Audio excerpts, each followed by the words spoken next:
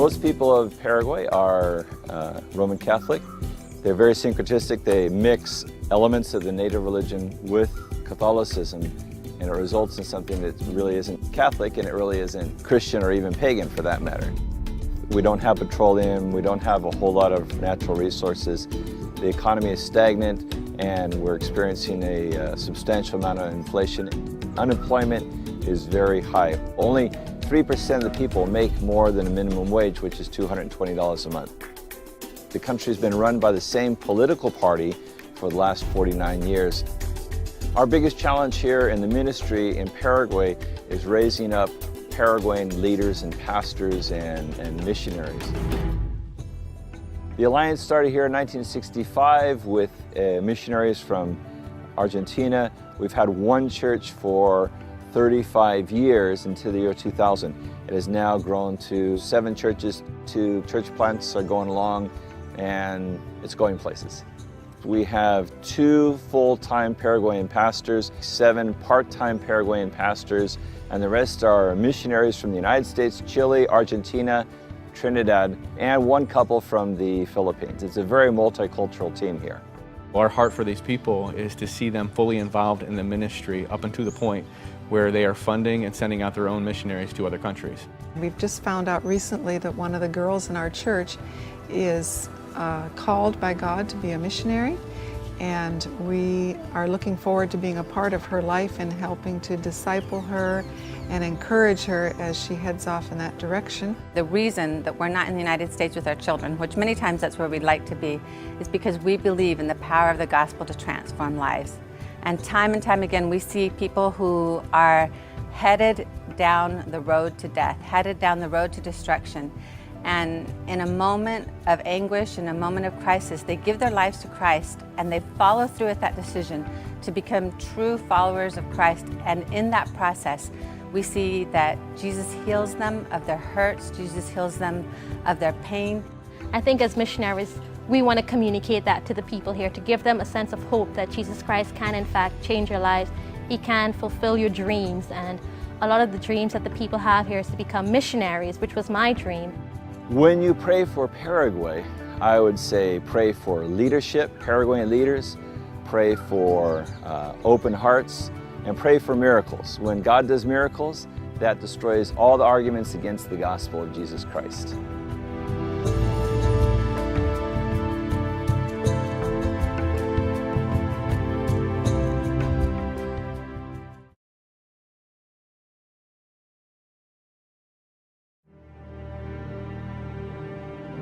Hice más abortos de las que pueda recordar, pero sí yo recuerdo la primera y la última. Es algo que ojalá pudiera olvidar. Most nurses will work probably about 50, 60 hours a week. They'll make about $200, $220 a month, which is the minimum wage. Abortion's illegal in this country. You can go to jail for it for a long time. Una compañera, colega mía, me dijo, bueno, que yo soy una tonta que estaba trabajando, pudiendo ganar en un día lo que yo ganaba en un mes. Empecé a trabajar en aborto y me satisfizo lo que yo ganaba. Mi familia pensaba que yo solamente me dedicaba a cosas honestas, por ejemplo, como partos, planificación familiar y otras cosas, menos eso. Yo estaba ya prácticamente segura de que mi mamá estaba haciendo abortos. Cada día se iba haciendo más difícil. Cuando más yo crecía espiritualmente, también crecía mi malestar por lo que ella estaba haciendo. Cada vez era, al principio quería ocultar, quería tranquilizarme, no le hacía caso, pero cuanto más pasó el tiempo, más y más me iba molestando, y llegó un tiempo que ya era como una mole que estaba sobre mí y ya no podía ni respirar. Fue como le dije, Señor, ya no puedo más, hasta acá nomás, ya por favor, tienes que hacer algo. Vino la paciente a la noche de un domingo, estaba de 4 semanas, entonces estaba perdiendo un poco de sangre, entonces se quedó a dormir y al día siguiente procedimos al trabajo. Salió todo bien, 5 o 10 minutos de tiempo, nada más, todo perfecto, todo perfecto. Le sacamos de la mesa de expresión, le pusimos en la cama, le cubrimos y le dejamos. Yo fui a desayunar y cuando vine ya la encontré cambiada totalmente la cara.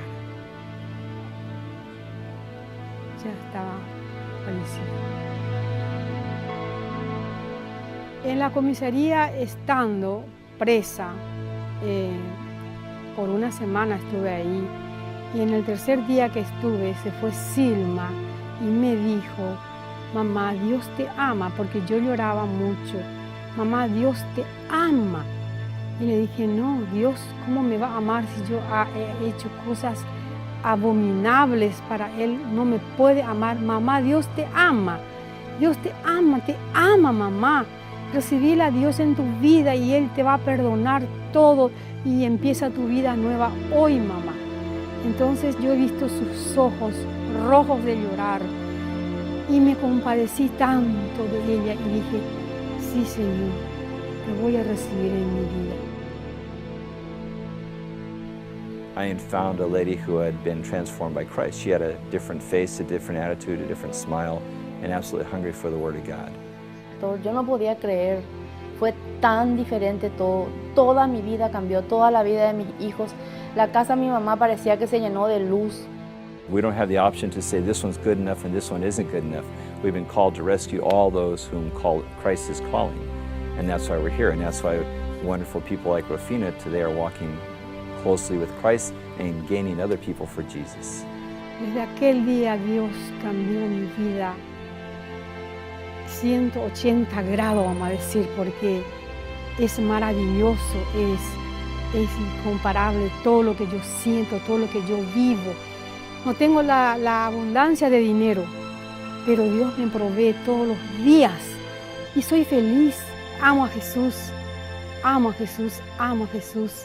Él me da todo, Él me provee todo. Yo le amo y le amo.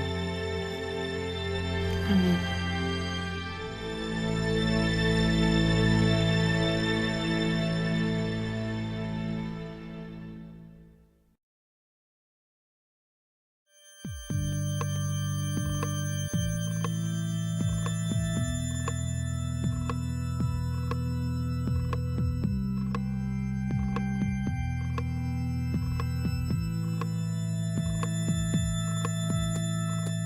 Yo antes de conocer a Cristo, mi religión era la católica de familia. Era imposible que ya nosotros aceptemos una iglesia fuera de nuestra religión porque ya generalmente todos somos mayores. El barrio donde se levantó la iglesia era un barrio muy tranquilo. Es una avenida muy exclusiva de personas de las hijas de María. Ellos se molestaron por el ruido que había y por el cambio que había en el barrio. Y los vecinos molestos estaban para juntarle las firmas para poder hacer la demanda a la municipalidad y a quien corresponda, ¿verdad? When we found out that our neighbors were thinking of closing down the church, we didn't come against them. We just told everyone in the church, look, we need to pray harder. Maria talked really badly against the church, and she cooperated with the neighbors who were trying to shut down the church. And she just couldn't understand why we would be evangelical. When we knew that Maria was a strong person who was really opposing the church, we got all the people in the church to pray for her. Mi vida fue un caos. Siempre maltrato, humillaciones y cosas que prefiero ya no recordar. One afternoon, Maria and her husband got in a fight. Maria called her husband some names. He got really angry at her, so he came over and he tried to hit her. And when she fell to the ground, he started kicking her. She got up, ran out the front door of her house, and she ran into Wilma, the next door neighbor of the church. Entonces yo tiré toda la bolsa del supermercado y le pedí al marido que no lo hagas así. Lo levanté de ahí y lo llevé a casa. Y entonces comenzamos a sanarle los golpes y a orar esa vez. Le di ánimo que hay un Dios que nos ama y que por algo yo pasé por ahí para poder auxiliarlo. The prayers of Wilma just brought peace and soothing to Maria's soul, and eventually Maria accepted Christ. Me dijeron de que una vez yo ya haya recibido a Jesús en mi corazón como mi Señor, yo iba a ser otra persona, iba a tener tranquilidad, paz, y como que así fue. Mi vida cambió completamente. Maria says her life is so much better now that she's a Christian. She has peace, she has people who support her, she has people who pray for her, and a life has been transformed, and she's a testimony to the neighbors. I know that one by one, all of those people that oppose the church will come and become a part of the kingdom of God. If we tell the truth in love about the gospel, and if we pray for those people who oppose the gospel, their lives can be transformed as well.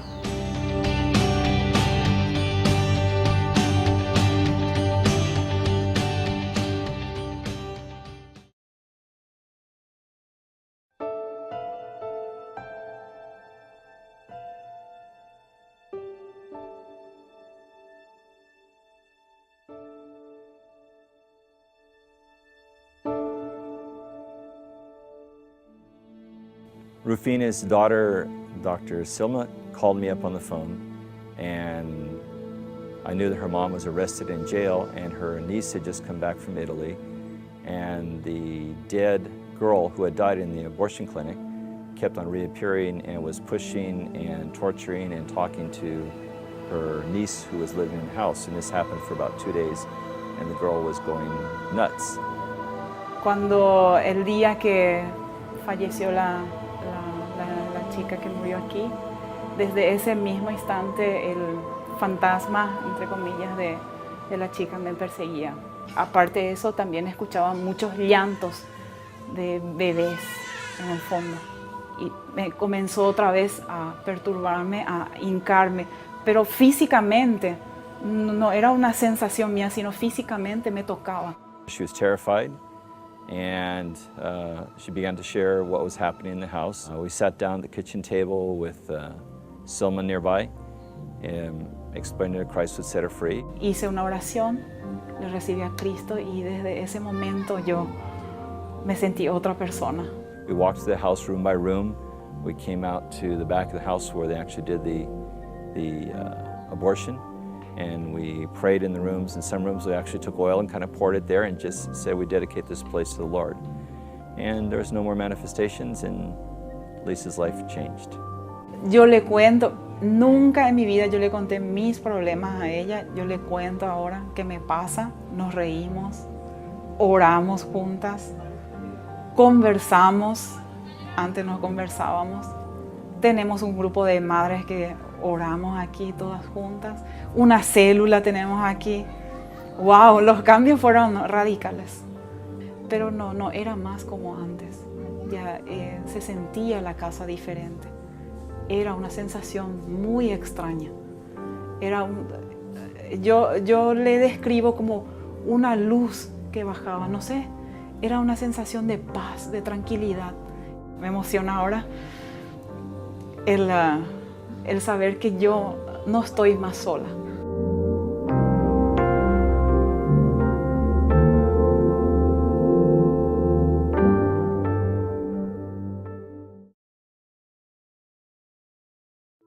One of the unique parts about being in the C&MA is that our denomination, since its beginning, has decided to put aside differences and focus on reaching the lost. And all over the world we have C&MA workers who are doing just that, and we're going to be a part of it.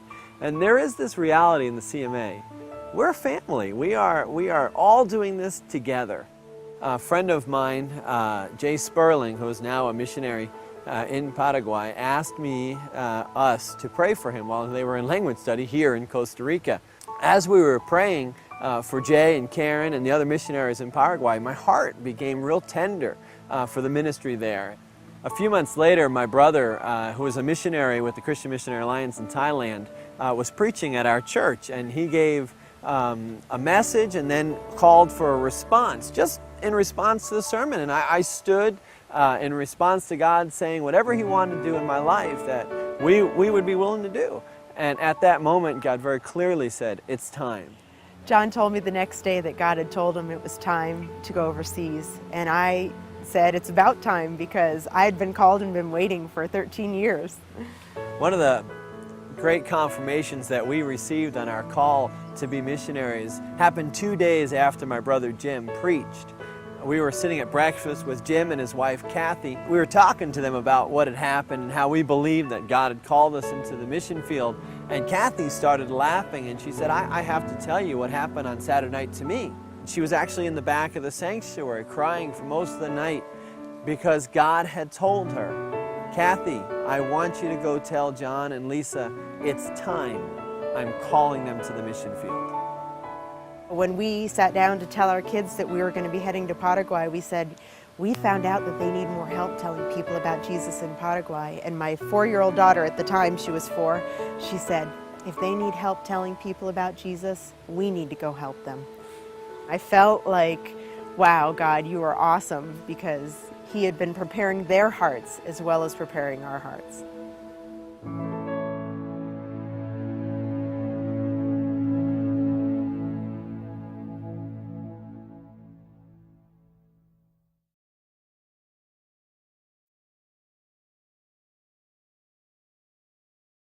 John and Lisa Sappi and our 4 children will cross the line as missionaries to Paraguay, South America.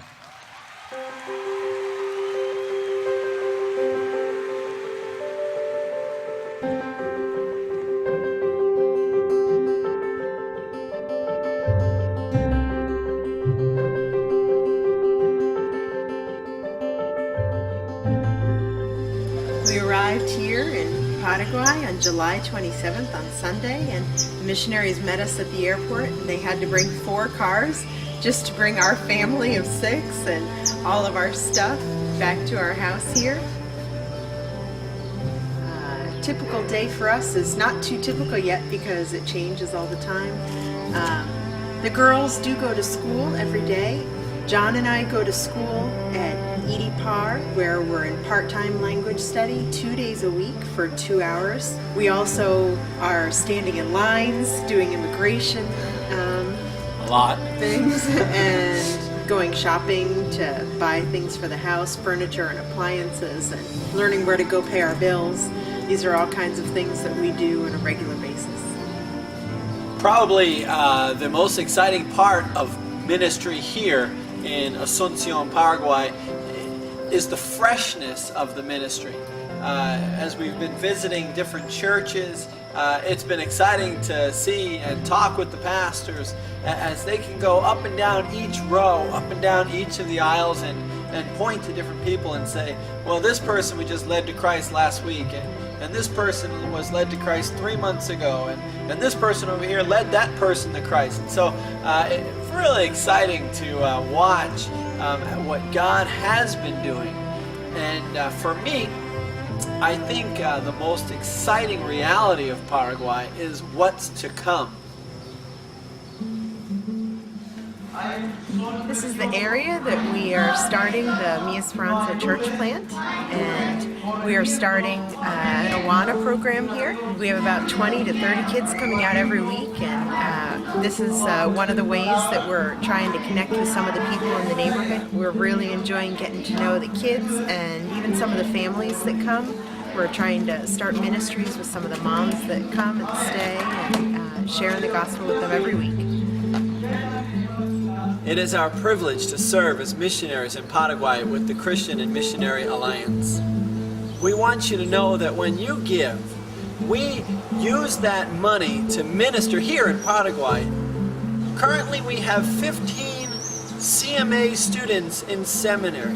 These students couldn't go to seminary without partial scholarships that we provide. The San Lorenzo Church uses the Great Commission dollars to send non-Christian teenagers to camp. One of those teenage girls is named Ramina. Ramina went to camp when she was 12 years old. She received Christ at camp, came back to our house where she lives with her grandparents, and they received Christ. And as a result, the pastor told me that they have lost count of the number of people that the grandparents have led to Christ. Because you gave, we can do ministry in Paraguay. Because you gave, we're seeing young men and women trained to be pastors and missionaries. Because you gave, we have seen churches grow from 1 church to 7 churches, and who knows how many more. Thank you for giving to the Great Commission Fund.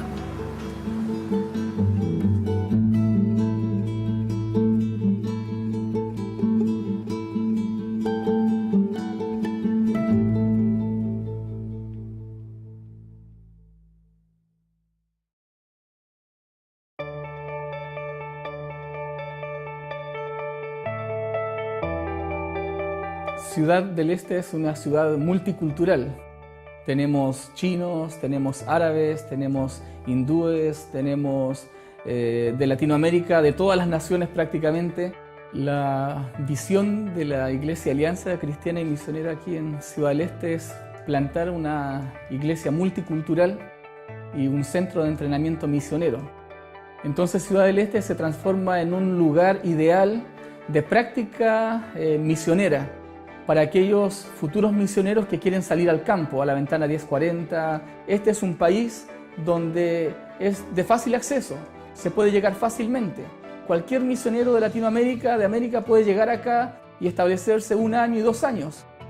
Y estamos en esa etapa, creando puentes para luego llegar de una manera más fuerte e impactar sus vidas con el mensaje del Evangelio. No es fácil, hay culturas, hay idiomas, hay religiones. Son barreras que uno tiene que cruzar y que no se logra de la noche a la mañana. La lucha espiritual es muy grande, por eso la oración se hace tan importante. La Alianza Cristiana y Misionera Chilena le debe mucho a la Iglesia americana al haber enviado sus primeros misioneros hace más de 100 años atrás. Somos nosotros, fruto del trabajo de nuestros hermanos de Estados Unidos, que también en esos años, con mucho sacrificio, llegaron a un lugar desconocido a sembrar la palabra. Están viéndose los resultados, una iglesia chilena que está enviando misioneros a diferentes lugares. Hoy día nosotros estamos saliendo y llevando luz a las naciones.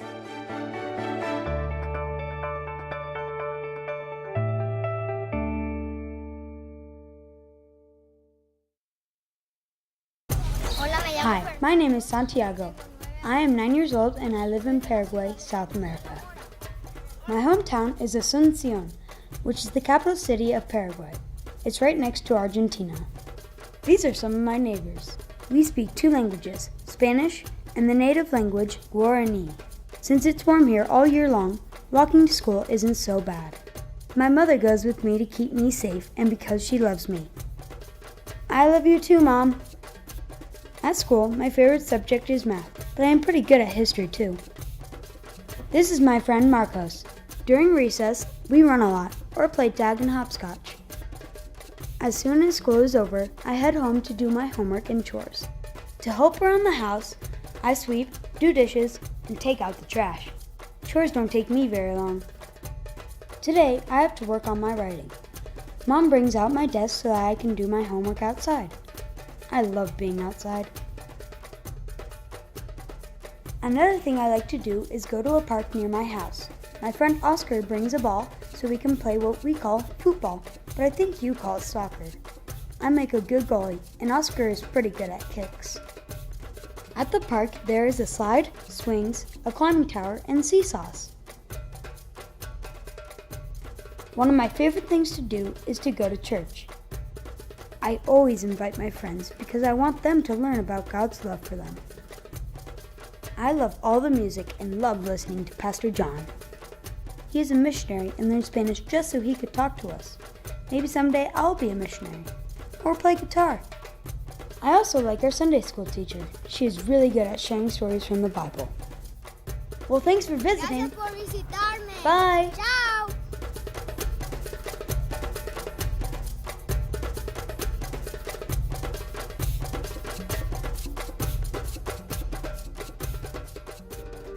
There was nothing we could do. We couldn't fix this. We couldn't get someone to help us. We had to just trust that He loved us. Even if our son died, God loved us and He was going to use it for His glory. My name is Carlos and this is Lily, and we are working in Paraguay as missionaries We found out we were pregnant with our third child. We had 2 older girls. We went for a routine ultrasound to the doctors. She told us that our baby had trisomy 18. The chances were that our child would die by 1. She also suggested that we get an abortion. At one point she told us that you don't want to ruin your family. You have 2 precious little girls. It was like you don't want to bring this huge problem and destroy the dynamic and the beauty of your family with this new thing. We knew right away that we didn't want to have an abortion, so we went home from that office visit and we grieved. We spent months grieving, honestly. We'd go to bed crying and we'd wake up crying. We prayed and asked God that He would heal our baby. We begged God, basically, to heal him. Everyone, just in a nice heart, would say things to me about being pregnant, and I couldn't take it. The people would just say, "Oh, when are you due?" and talk to me about my baby. They didn't know he was dying inside. For our district conference, there was a time of anointing and praying for healing. So they prayed for me, they prayed for Lucas, and I felt something significant at that moment. I felt like I could feel him moving inside of me, and he didn't normally move very much, so it was significant to me. And by that evening, I had told Carlos, I know something's different. Now he's moving. Like you say, he was doing gymnastics inside. Yes. On the way home from conference, we called our doctor and we said, "We think that our baby's been healed." And her response basically said, "You poor, stupid girl." She said, "Your baby is not going to be healed. He's going to die. And for the sake of your being a mom and for your kids and for your husband, you really need to get it in your head. He's not going to be healed. This isn't something you're healed from." So we said to her, we serve a really great and powerful God, and we believe that He's a healer, and we've seen Him heal before, and we really feel like there's a marked difference when we think that He's been healed. So she said to us, "Well, we'll see when your baby's born if he's been healed or not." I think it was kind of like a mean thing, but to us it really wasn't mean, because we had a peace and we knew that God had done something. We knew that something different was happening. So it came time for Lucas to be born, and he was born and he was well. And it was so beautiful when we already knew it in our hearts, but there's lots of other factors connected with trisomy 18. Cleft palate, club foot, your heart's chambered wrong, so it's really obvious if the baby's born with it or not. So our doctors, right there, even in the delivery room, got out our chart and were looking back in it saying, "What? We don't understand." And so we told them again, "Well, God's done something for us. We have been praying and asking Him to heal our son, and He has." But we also know that it doesn't always look like this. It doesn't always look like healing. There's people who've lost babies in utero. I don't pretend to know why God would heal in one situation and why He wouldn't in another, but we trust that He has purposes for what He's doing and that He was working even if we're walking through pain.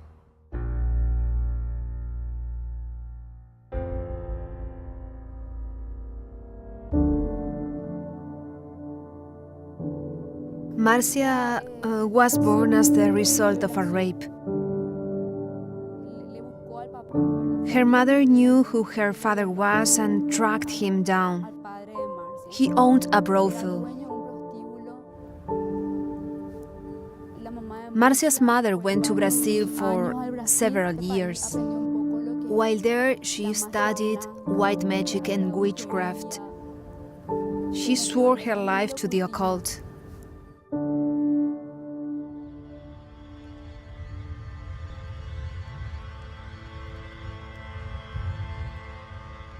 Marcia and I had met in kindergarten. We were friends our entire lives. I remember the year after we finished high school, she came to my house, visibly upset. She told me that she had been raped by an uncle. She had lost everything. And because she was the result of a rape, her life had no meaning. She saw herself as a mistake. Marcia started hanging out with different guys and having sex. They all broke her heart. She started attending church, but she backslid with the wrong crowd, attending wild parties. At one of those parties, she was so drunk that she couldn't remember how many men she was with that night. Every week, she came to my house, weeping, saying that she would stop living a wicked life. But she said she had made so many mistakes that God could never accept her. Her last boyfriend hurt her so badly that she came to my house and told me she couldn't keep going. She said, "Stephanie, I'm at the end. I'm totally destroyed."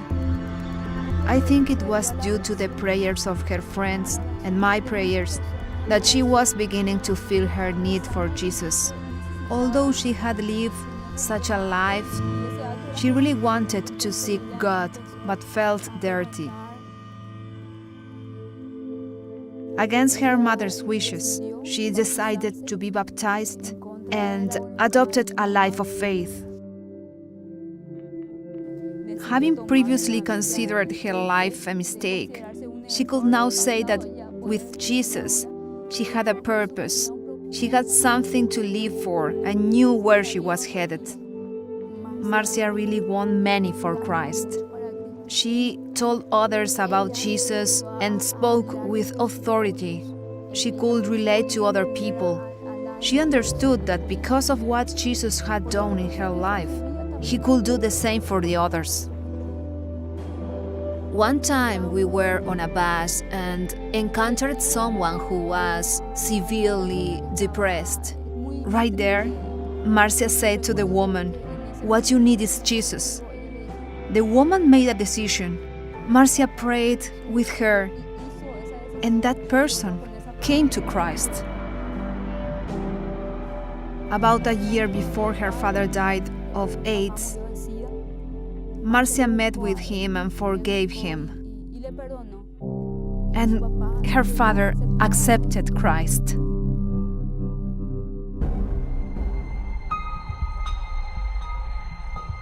Marcia worked at an attorney's office in the city of Itá, about an hour from her home.